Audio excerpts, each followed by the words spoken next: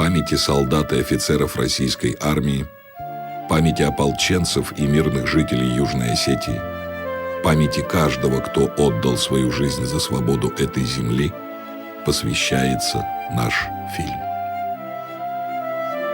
Осетинам не привыкать героически сражаться за свою землю. Их главное оружие – отвага и готовность умереть за независимость. К несчастью, этого мало в современной войне, где храброе сердце бессильно против бронетехники и артиллерии. Летом 2008 года их расстреливали из минометов, давили танками и бомбили с воздуха. Россия пришла на помощь гражданам республики, 85% которых имеют российские паспорта. И все же большого количества жертв избежать не удалось. Почему? Пришло время сказать правду о каждом из 6 дней этой войны, которую мы все еще называем пятидневной.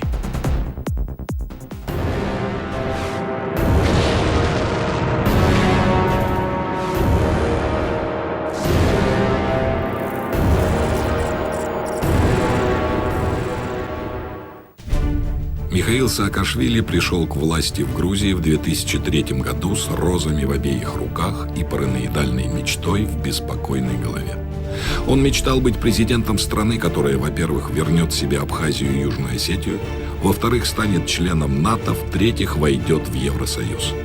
Ни одна его мечта не сбылась. В НАТО не взяли, Евросоюз отказал, абхазы и осетины не сдались. В августе 2004-го Саакашвили попробовал начать боевые действия против Южной Осетии. Но грузинские войска получили решительный отпор и быстро отступили. За спиной у осетин стояла Россия и ее президент Владимир Путин. Но от своих планов Саакашвили не отказался. Постоянно проверяя Южную Осетию на прочность, он ждал удобного момента, который наступил, по его мнению, в 2008 году. Мы задали вопрос военным экспертам, надо ли было что-то предпринимать заблаговременно, чтобы в случае возможной агрессии ответ российских вооруженных сил был адекватным. Конечно, надо было предпринимать соответствующие меры. И они меры предпринимались. Но это все докладывалось президенту. Казалось бы, зачем ему вот так глубоко вникать в детали? Но он занимался этим, он лично занимался этим. Я отвечаю за свои слова, что иногда было это практически каждую неделю. Не просто расспрашивал, он ставил задачи, и конкретно ему готовились доклады о выполнении тех или иных задач. Была создана материальная база для отражения любого нападения. С учетом поставленных задач ближе к Рокскому тоннелю передислоцированы войсковые подразделения. На столах у оперативных дежурных лежали запечатанные пакеты с абсолютно четким планом реагирования на грузинское вторжение. Их нужно было вскрыть после получения приказа на начало боевых действий. Реализация этих планов должна была через 6 часов после начала агрессии гарантировать защиту населения и спасение российских миротворцев подразделениями 58-й армии. Мы отрабатывали планы, которые предусматривали различное развитие ситуации. Готовились в том числе и к взаимовыручке с нашими ближайшими соседями. Очень много труда было положено на то, чтобы эти войска подготовить. Мы были готовы. В 2007 году мы были готовы, к 2007 году мы были готовы для выполнения тех планов, которые были разработаны. Мы были готовы. И войска были абсолютно готовы к выполнению этих задач. До 2008 года Саакашвили не решался на военную агрессию против Абхазии или Южной Осетии. Я думаю, они бы не посмели. 2007 числа тоже август месяц. Июль и август месяц. Тогда тоже тревожили нас, но они не посмели тогда. Ну, есть такие моменты, что боялись кое-кого. А в 2008 они что-то почувствовали, немножко слабость. Смена руководства, то есть Верховного Главнокомандующего, наверное, дало какой-то толчок Саакашвили на решительные действия. Вся первая половина 2008 года была временем эскалации конфликта. Саакашвили только никак не мог решить – Абхазия или Южная Осетия. Провокации со стороны Грузии были постоянные. Постоянно было. С участием и грузинских миротворцев, и военнослужащих грузинской армии. Вот. И нашим миротворцам постоянно приходилось участвовать в локализации, ликвидации вот этих конфликтов. По существу было ясно и понятно с профессиональной точки зрения, что агрессия не за горами. И об этом было объективно доложено руководству страны. Заточены и нацелены были на победоносную, молниеносную войну. К лету выбор Саакашвили был сделан в пользу Южной Осетии. Ситуация в зоне грузино-юго-осетинского конфликта обострилась до предела. Единственное, в чем мы немножко не могли точно сказать, потому что срок был определен с июля по сентябрь. Чем это объяснялось? Ровно тем, что посредине находилась Пекинская Олимпиада. И стоял вопрос, это будут делать до Олимпиады или после Олимпиады? Началом этому было 14 июня, когда в ночь 14 на 15 июня город Схинвал подвергся со стороны спецназа МВД Грузии самому интенсивному обстрелу за последних 3 года, начиная с 2004 года. Причем я скажу, что грузинская сторона перешла ту опасную черту. Они вели огонь по жилым домам. За ночь было ранено где-то около 8 человек. 1 человек погиб со стороны осетинской стороны. 1 августа в 21:50 Схинвал обстрелян из гранатометов и минометов. Погибли 2 и ранены 7 осетин. Бомбардировки были и 1, и 2, и 4, и 5 августа. 6 уже здесь шли серьезные бои, 6, а 7 уже начался артобстрел где-то в районе 2 часов. Полностью начали уже село там обстреливать. Артиллерия их уже конкретно начала работать.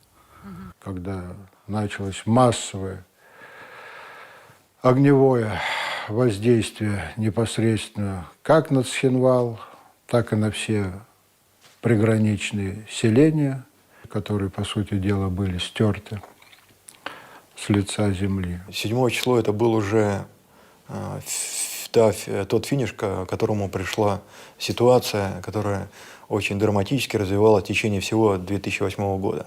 Около 14 часов грузины покинули, грузинская часть Объединенного штаба покинула территорию Объединенного штаба и убыла на подконтрольную Грузии территорию. Это первый звонок был. Об этом было доложено, безусловно. Ориентировочно где-то с 14:30 перестал выходить на связь старший воинский начальник от грузинских миротворцев, полковник Урушадзе. Около 19 часов наши посты стали докладывать о перемещении колонн. В 21 часу, когда сумерки, это уже было видно воочию. Это были не 1, не 10 машин, это уже были свыше сотен машин. Таким образом, агрессия началась не 8, а 7 августа в 14 часов. Начался трагический отсчет потерь, и с этого момента главным смыслом происходящего стало ожидание вступления российских войск на землю Южной Осетии.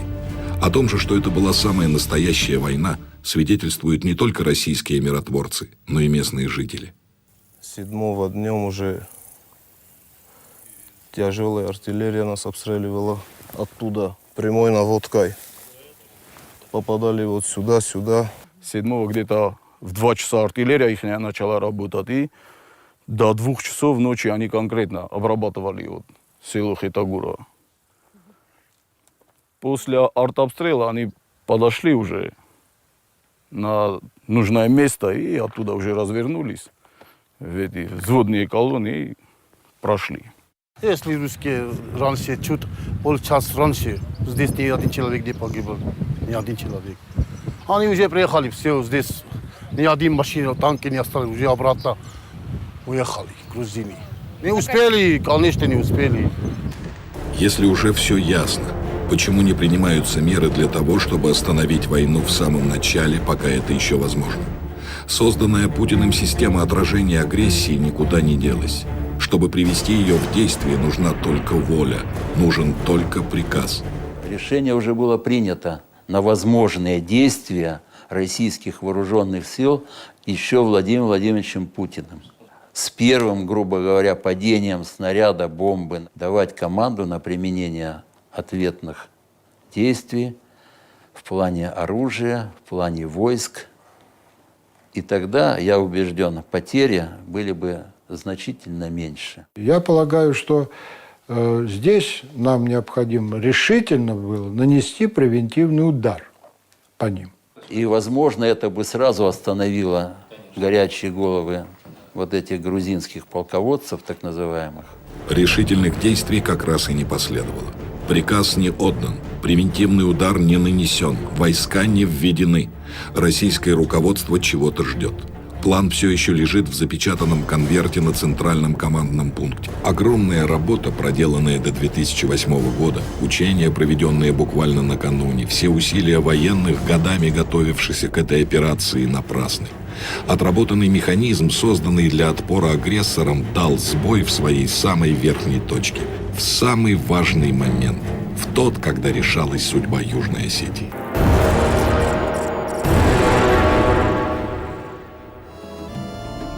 Для России жители Южной Осетии не только братья и сестры. Это наши сограждане. И с ними нас связывают отношения, которые гораздо старше, чем недавняя война, и искреннее, чем холодная политика.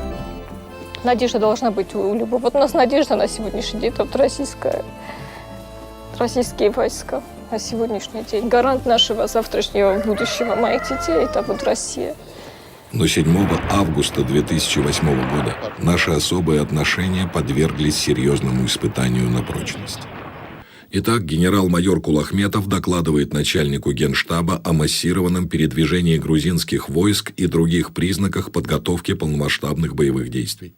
В ответ ему приказано не паниковать. Тем же вечером, 7 августа, за несколько часов до начала массированного обстрела Цхинвала реактивной артиллерией, Михаил Саакашвили в публичном выступлении по телевидению обещает прекратить боевые действия и отвести войска. Таким образом, он признает, что боевые действия грузинской стороной уже ведутся, и отказываться от своих планов Саакашвили, несмотря на все обещания, не собирается, потому что ответа на свои провокации он так и не получил. Но с экрана клянется отвести войска. И люди ему поверили. Поверили и легли спать. А в эти часы грузинская армия продолжала входить в осетинские села, и встать у нее на пути было фактически некому. Кто здесь может быть? Здесь были какая-то кучка маленькая миротворцев. Маленькая кучка, там сколько их, 100-200 человек. И наши вот местные наши ребята, и все. И народ спящий. Но 7-го ночью уже они начали конкретно. Именно 7-го. Вот за бугорком этим метров 200 там их десант высадился. И вообще все это поле было вот, как вот саранча вот налетает, вот их полно тут было. С первых минут войны жители Южной Осетии ждали ответных действий российской армии. Конечно, мы сдали. Если мы джави были уже, Жигули машину посадили 11 человек, маленькие детей. А мы уже вот наши русские приехали. Какой русские, эти черные самолеты приехали, давай, попали в поле, все, мы поле, землю лежали, и все. Грузинские стратегии в этом случае использовали свое любимое оружие – хитрость. Самолеты делали крюк и залетали как будто бы с российской стороны, чтобы осетины не прятались и становились легкой добычей. 7 августа, 22 часа. Начался массированный обстрел Цхинвала и близлежащих юго-осетинских сел с использованием артиллерии. Более варварского способа вот, уничтожения мирных жителей придумать просто невозможно. И то, что грузины после 23 часов, это уже, по сути дела, дети спать легли, старики все вернулись, все семьи собрались. Поэтому, когда в это время открыть огонь, это значит на поражение. Целый этот село полный был грузинам. БМП, Бералцы, все здесь были. Здесь погибли вот такой, вот Кабисов Ирбек. Двое там. Сколько человек здесь погибли? Почти в 10. Не, на селе. 15 человек погибли на селе. Молодые все. Один уже 72, остальные 19, 18. В 22 часа 7 августа представитель Объединенного штаба Вооруженных сил Грузии делает официальное заявление генерал-майору Кулахметову об обстреле Цхинвала, хотя город начали бомбить задолго до этого. Для Кулахметова наступили самые страшные часы жизни. После 23 часов генерал Кулахметов, который руководил миротворческими силами в Южной Осетии, доложил о том, что мирный город обстреливается реактивной артиллерией, что по позициям миротворческих подразделений, в том числе и по постам, ведется огонь артиллерии и танков. Специальные пакеты с инструкцией на случай начала Грузии открытых военных действий должны были быть давно вскрыты. Но приказ об этом поступает на командные пункты российской армии только в 23:58. С этого момента по плану военного командования до вступления российских войск в Южную Осетию должно пройти 6 часов. Но спустя 6 часов грузинские танки прямой наводкой продолжают расстреливать штаб и батальон миротворцев. А наши войска так и не подошли. Идет доклады командира батальона, что погиб экипаж боевой машины, который стоял на линии разделения. Сообщение поступило в 5:50 утром 8 числа. Через полчаса о гибели еще одного военнослужащего. Час проходит, гибель еще 2 человек. Через полтора часа, через час начала боевых действий Грузии, штурма города, был ранен уже сам непосредственно командир батальона.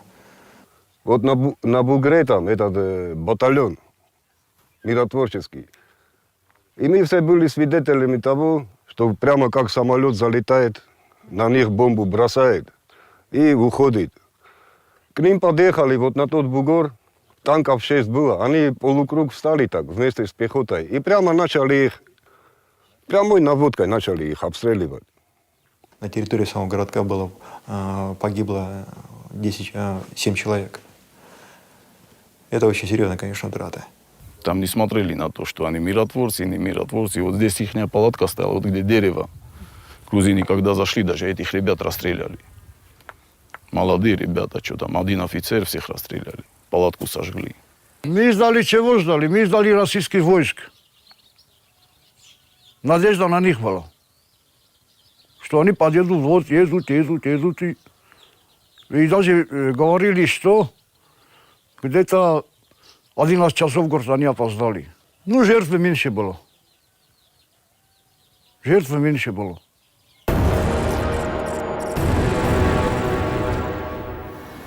Немало сказано о том, как цинично и по-своему грамотно спланировало нападение грузинское руководство. Так убивают во сне, так бьют в спину. Сами додумались или кто подсказал, но момент был выбран стратегически безупречно и с ювелирной точностью. Все взоры устремлены на восток, где происходит грандиозное открытие долгожданной Пекинской Олимпиады. Как известно, в Древней Греции на период Олимпийских игр прекращались все войны и конфликты. Но Саакашвили на это наплевать. Фактор неожиданности для него важнее. Конечно, начало агрессии было подобрано очень здорово, будем говорить. В Китае зажигается огонь Олимпиады. По Олимпийскому стадиону идет нарядная грузинская делегация. А их не менее нарядная армия убивает женщин и детей в осетинских селах и предпринимает очередную попытку взять Цхинвал. И пока у них есть такая возможность, российская армия все еще ждет. Чего? Военные люди, они предназначены конкретно для выполнения боевых задач. Но основанием в любом случае является приказ. Командующая армия дает распоряжение командующего округу дает начальник генерального штаба. Начальник генерального штаба – первое лицо в государстве. Это политическое решение. Но политическое решение все еще не принято, приказ не отдан.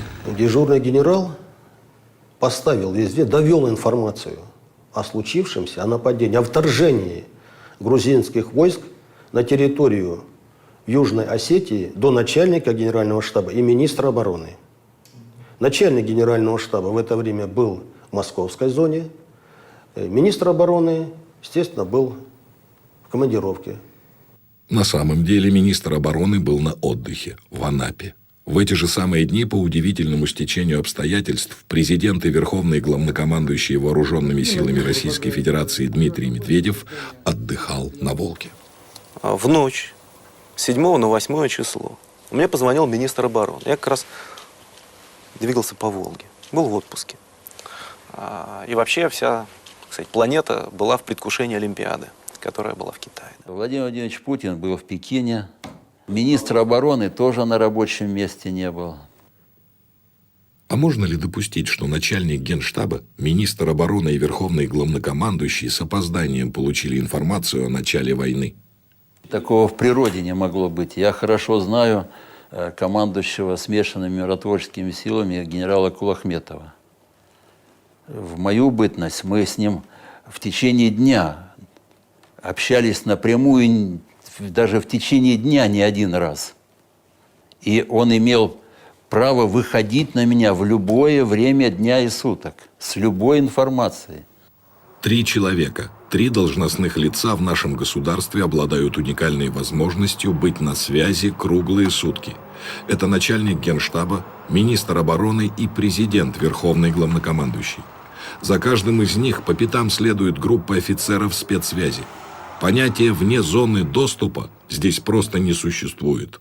Я убежден, в этой конкретной ситуации информация должна была поступить о готовящейся агрессии еще 7 августа.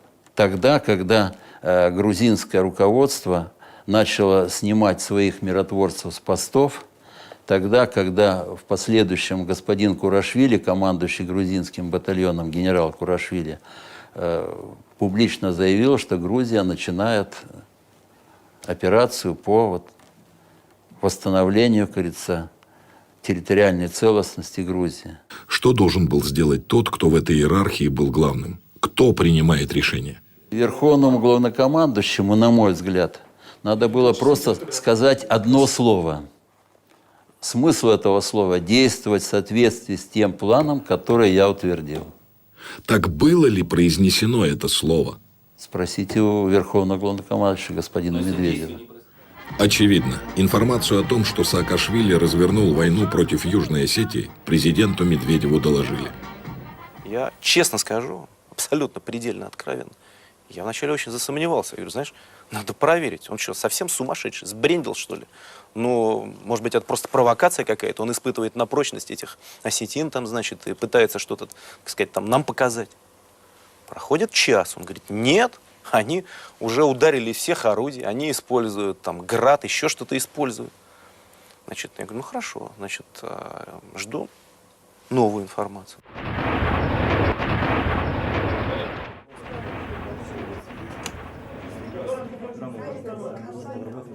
Роль верховного министра обороны, начальника генерального штаба, да и роль любого командующего, она заключается в том, чтобы своевременно принять решение и взять на себя ответственность.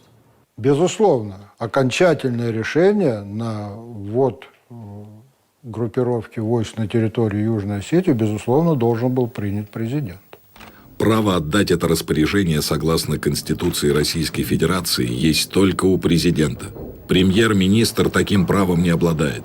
Владимир Путин звонит из Китая президенту, убеждая ускорить принятие решения. А скажите, пожалуйста, как вы принимали решение о продолжении операции? Да? И такой вопрос, который задают, извините, наши коллеги все. Кто кому позвонил? Вы, Владимир Владимирович, в Пекин или он вам из Пекина?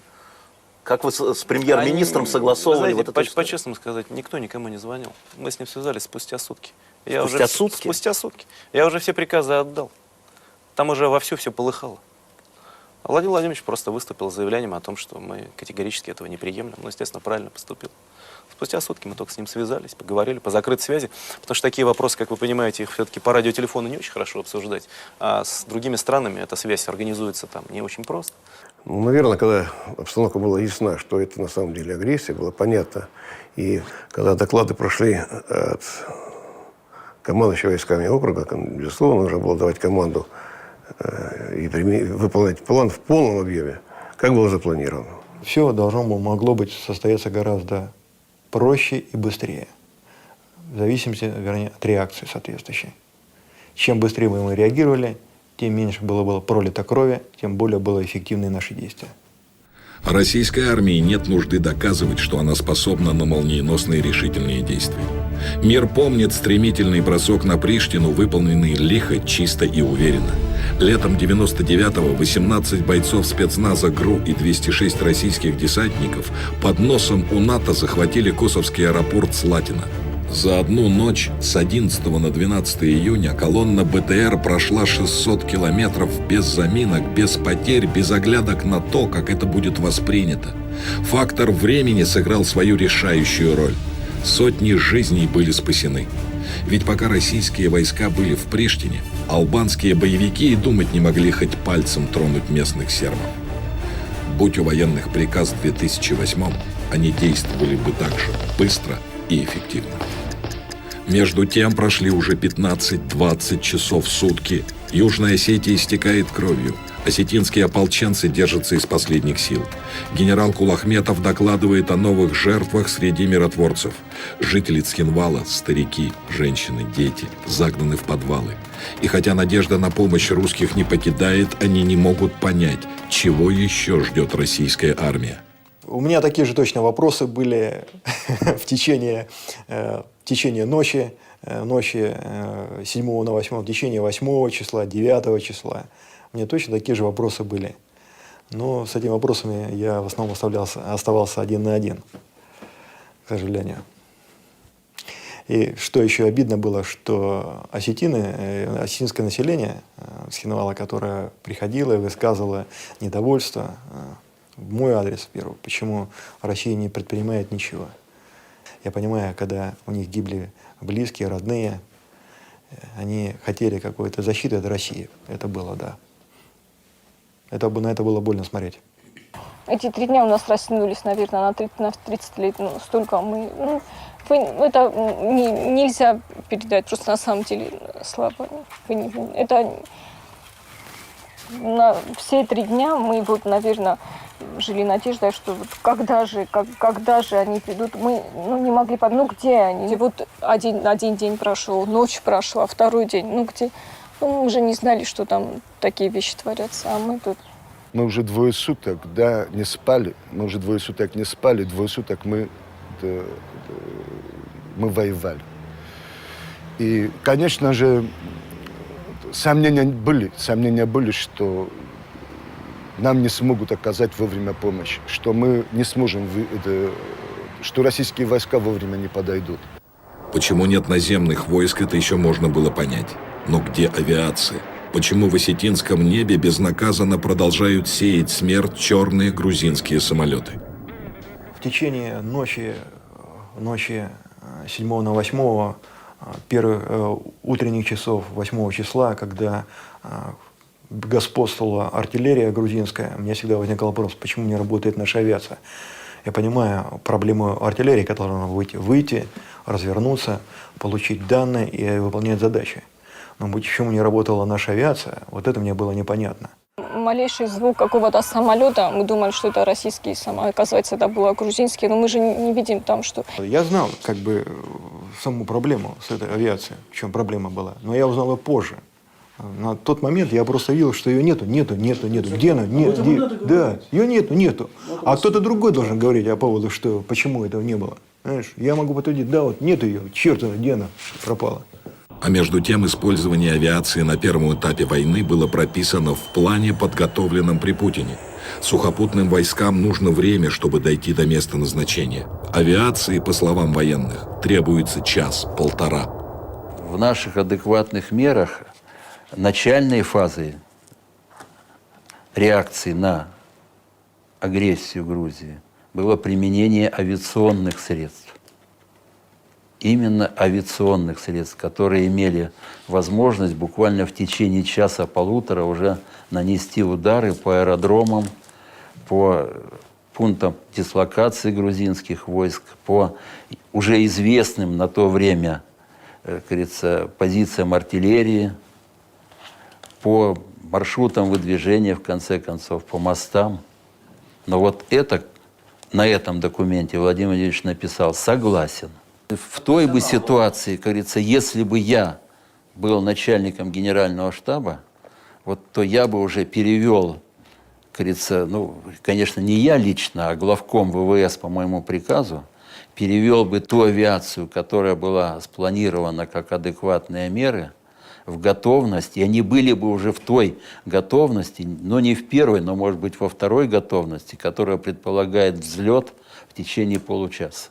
Но не получаса, а в течение, грубо говоря, часа, 1,5 часов самолеты бы уже не только были над зоной конфликта, но они нанесли бы удар по тем объектам, которые были заранее определены им. Значит, не было команды. Все герои нашего фильма свидетельствуют, была необъяснимая, трагическая по своим последствиям задержка времени. А ведь что в этот момент требовалось от руководства страны? Не думать о собственном имидже, прекратить унизительные консультации с иностранными партнерами, признать ситуацию началом войны и вспомнить свои обязанности по защите мирных граждан и военнослужащих. И это действительно вопрос огромной государственной ответственности. Если человек способен принять на себя такую ответственность, он возьмет ее где бы ни был. Находясь Путин в Москве, с этим нельзя было бы не считаться. Конечно же, Саакашвили учитывал, что в этот момент глава правительства был в Пекине. Владимир Владимирович такая фигура в международной политике, что не брать его в расчет, это было бы с их стороны глупо. Но они приняли во внимание то, что он будет находиться в Пекине во время открытия Олимпиады. Все правильно, но я еще раз убежден, пока не последовал пинок в одно место, сначала из Пекина, а потом, как вы говорите, непосредственно здесь, именно пинок Владимира Владимировича, все, мягко говоря, чего-то боялись, будем так говорить, мягко, очень мягко. И вот эти вот промедления, вот эта вот боязнь ответственности на верхнем уровне, на самом верхнем уровне. Я не понимаю, когда командующему войсками военного округа говорят, ты командующий, ты принимай решения. Он командующий, он принимает решения, но ты, грубо говоря, дай ему юридическую основу своей должности, что ты даешь ему право. И ты, по большому счету, уж так, если по-офицерски, потом скажешь, да, я утвердил его решение, я дал ему команду со своей стороны. Но самое главное, вот эта начальная команда. Вот эта начальная команда, к сожалению, была дана с глубоким опозданием. В Пекине тогдашний президент Франции Саркози уговаривал Владимира Путина подождать еще немного, понаблюдать, как будут развиваться события. Однако российского премьера было не остановить. 8 августа его самолет поднялся в воздух. А без разницы. Он хоть на Северном Ледовитом был бы, он бы все равно прилетел. Потому что мы друг другу верим. 9 августа Владимир Путин уже лично организовывал помощь юго-осетинскому населению, беженцам, встречался с командованием российской армии, в том числе командующим сухопутными войсками, генералом армии Болдыревым. По-настоящему профессионально, квалифицированно оценил всю ситуацию, как военную, так и, естественно, политическую, создавшуюся на тот момент. Поставил конкретные совершенно задачи, непосредственно руководил ходом этой операции. Активные действия мы почувствовали 9 числа. 9 числа. В принципе, да, потому что 8 числа это был день никуда. 8 августа не был днем никуда. Это был день подвига осетинских ополченцев. Пока разворачивалась, наконец, получившая приказ российская армия, пока подходили войска, осетинские парни, стиснув зубы, держали оборону. Трижды ведь заходили грузинов с Хинвал, и трижды они их выбрасывали, пока не подошли войска.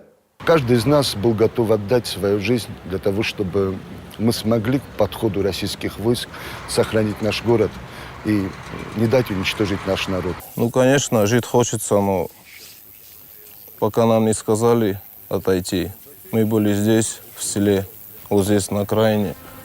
До последнего сражались миротворцы, и за каждый камень своего осажденного города бились осетинские ополченцы. Вот мы были, и миротворцы были. На этом периметре больше никого не было. Они прорвались по улице Героева, хотели прорваться по улице Ленина, но мы не дали им. Мы просто выстояли, стояли насмерть. Если бы не отчаянно, они бы здесь начали, наверное, до Рокского туннеля бы дошли. Ребята делали то, что могли, то, что было в их силах, потому что силы были неровные. Где 200 человек, а где 4000 человек.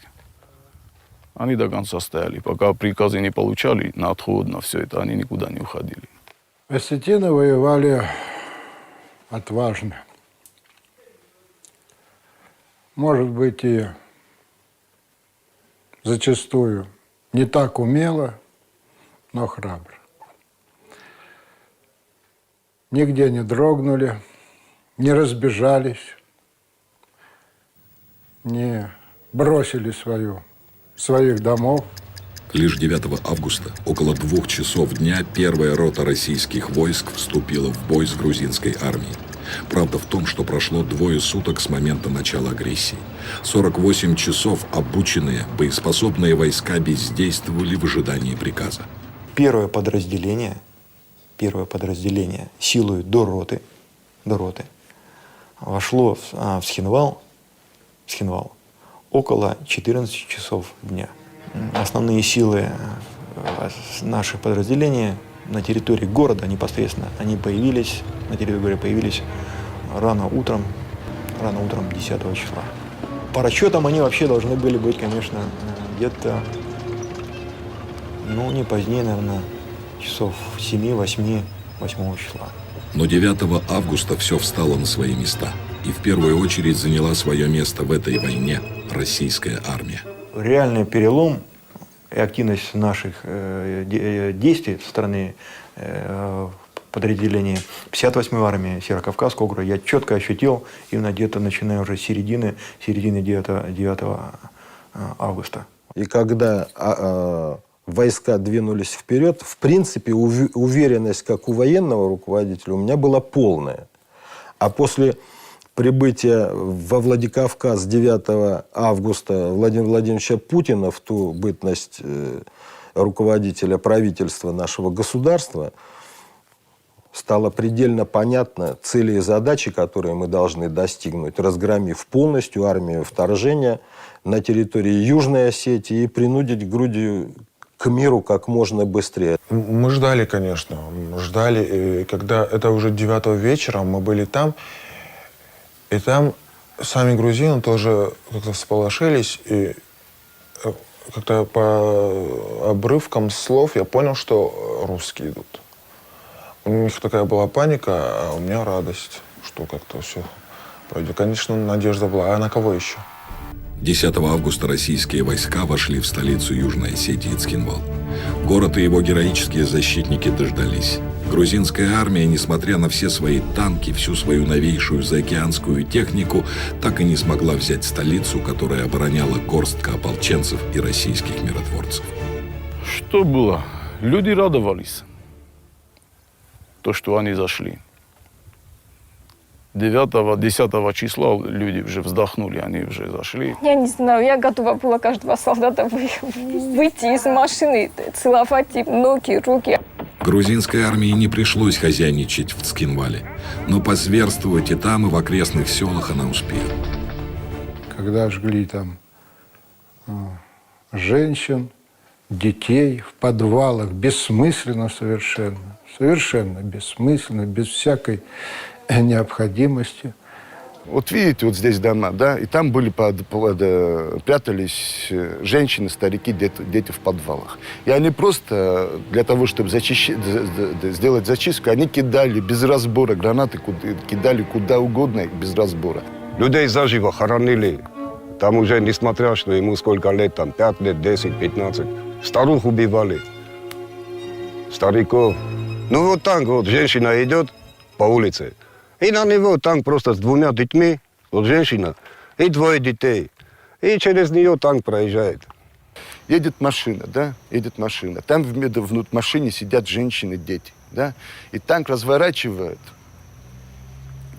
и лупит снарядом по этому автомобилю.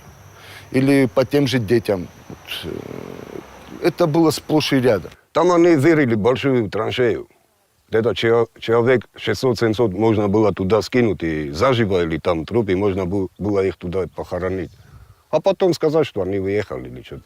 Геноцид, конечно, геноцид. Просто, чтобы осетин, вот слово осетин здесь бы не было, это точно. Но осетины здесь были. И пока они были, грузинская армия не могла взять Цхинвал. Особенно, когда показывали первые 2 дня хронику с иголочки одетых рейнджеров на легковых автомобилях, которые решили, значит, парадным маршем прогуляться до Рокского перевала. А не тут-то было. Простые мужички в бушлатах и фуфайках с гранатометами трижды им нос начистили в Цхинвале, а потому что они защищали свою родину. Война с грузинской армией вступила в свою решающую фазу. Для грузинского руководства настал момент истины. Чего стоит их армия со всей ее техникой и главнокомандующим президентом Саакашвили против российской армии и ее командиров. Меня всегда поражало, вот, еще с 95-го года, стойкость наших офицеров и солдат. Просто поражало. И я знал, что они всегда при любом раскладе задачу, которую им поставят, боевую задачу, они всегда исполнят. Я не могу даже привести пример, ну, знаете, вот там трусости, малодушия. Ну, не было такого. Не было невыполнения приказа. Приказ выполнялся. Еще 2 дня ушли на то, чтобы проводить грузинскую армию в последний путь. Надо сказать, поняв, что парад закончился, и теперь придется воевать не с женщинами и детьми, она очень заторопилась. Когда вошли российские войска сюда уже, они уже убежали. Бегали, как сказать, даже автоматы тоже разбрасывали, кидали, патроны кидали и бежали. К этому времени мы как раз уже окружили эту хваленую 1-ю бригаду грузинскую, которых все показывали в черных рубашках, в черных беретах, такие усатые, бравые парни с американскими винтовками. Они побросали все, вот все это надо было видеть. Мы больше 60 танков захватили трофейных, всю артиллерию, там этого стрелкового оружия был завален, я помню, весь плац.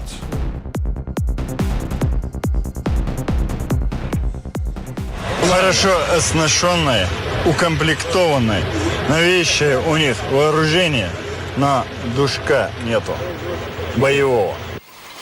Для грузин, так много ожидавших от своего президента и от своей нарядной армии, наступило время сначала паники, потом похмелья. А для жителей Южной Осетии эти дни были горькими и счастливыми одновременно. Только теперь страна узнала, сколько жизней успела унести эта короткая кровожадная война. Южная Осетия хоронила своих погибших и встречала своих защитников, которые шли и шли и шли по Рокскому тоннелю. Нас бы не было, если бы вот не российские войска, если бы вот не эти вот миротворцы, эти вот эта кучка миротворцев. Ну, я бы сейчас не сидела бы с вами, не разговаривала бы я здесь сейчас. И вот не вот она. В подобных военных конфликтах, где основные действия идут в населенных пунктах, время является ключевым фактором, и принятие решения к отражению агрессии должно быть незамедлительным. Только так можно спасти жизни людей. Горькая правда Цхинвала в том, что этого не было сделано. Нам надо извлечь уроки из этой войны, чтобы не повторять ошибок. А если однажды кто-то решится напасть на Россию? А что, если это будут серьезные войска, имеющие опыт военных действий и традиций? А если эти войска будут иметь современное, в том числе ядерное оружие? Как мы будем защищать российских граждан на территории самой России? Я хорошо помню события 90-х годов. И знаменитые слова Владимира Владимировича «будем мочить в сортирах». Кто-то там искал в этих словах определенный подвох, но ведь мочили же в сортирах. Я думаю, вот В следующий раз, по крайней мере, в ближайшие 6 лет, тот, кто подумает испытать на прочность российское государство, вспомнит и слова Путина «замочить в сортире». По сегодняшний день, вроде бы, без постов, без ничего, российские пограничники, вон там застава за озером, пограничная российская застава, справа оттуда еще тоже застава. Ну, короче, передний край сейчас договоренность есть определенные. Вот сейчас люди работают себя, отдыхают нормально, себя спокойно чувствуют. Ради этой мирной и спокойной жизни Южной Осетии многие годы работали герои этого фильма, высшие офицеры российской армии. Но сегодня, рассказывая о войне 2008 года, они как будто просят прощения за трагическую затяжку времени, стоившую стольких человеческих жизней. Хотя извиняться им не за что, их вины в том нет. Они с честью выполнили свой воинский долг. Тех солдат, которые отдали свои жизни во имя спасения народа Южной Осетии, наш глубочайший поклон от всего народа Южной Осетии. Мы все скорбим, мы все их помним, и они отдали свои жизни не зря. Они спасли целый народ, и они отстояли интересы своего государства, Российской Федерации. Интересы России – это судьбы ее граждан, их жизнь, безопасность, будущее. И защита их в первую очередь зависит от лидера. Настоящий лидер тот, кто принял на себя ответственность за каждого из нас. Кто в тяжелый час готов рискнуть своей репутацией, а не своими соотечественниками. Кто не будет медлить и колебаться, когда льется кровь. То, что было летом 2008-го, никогда не забудется. Это глава в истории Южной Осетии. Время подвига ополченцев, заслонивших собой свою землю, и российской армии, рядовых офицеров и генералов, которые принесли на своих знаменах свободу и долгожданный мир этой земле.